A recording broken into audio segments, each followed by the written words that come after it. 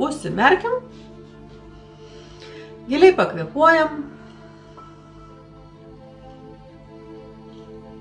keliaujam besąlyginės meilės lygmenį, ten prisipildom besąlyginę meilę, ramybę, harmoniją,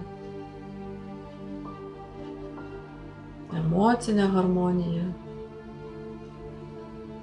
dvasinę harmoniją, fizinę harmoniją, mentalinę harmoniją. Sustojam visi į kvantinį ratą, susikimbam rankomis. Sustiprinam energijos srautą per mūsų aplink mus mumyse.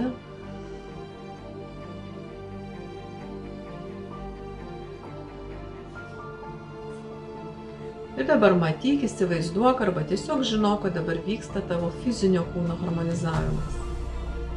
Išvalymas, išplovimas, išskalbimas, kaip nori tai gali pavadinti. Priešais tave stovi tavo fizinis kūnas, gali jį matyti kaip nori, kaip kūną, kaip rutulį, kaip kažkokią kitą formą,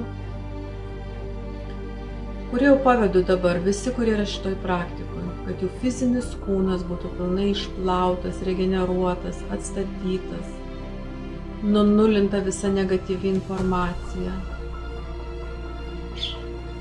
Ir dabar stebėk, kaip kūrėjo šviesa, kaip lietus, kaip vanduo liejasi per tavo fizinį kūną, arba tiesiog žino, kad dabar tai vyksta. Jeigu tai buvo rutulys, jis gal buvo kažkokios tamsios spalvos, dabar iš juodos spalvos pradeda tas rutulys keisti spalvą į šviesę, perlamutrinę arba kokią kitą spalvą.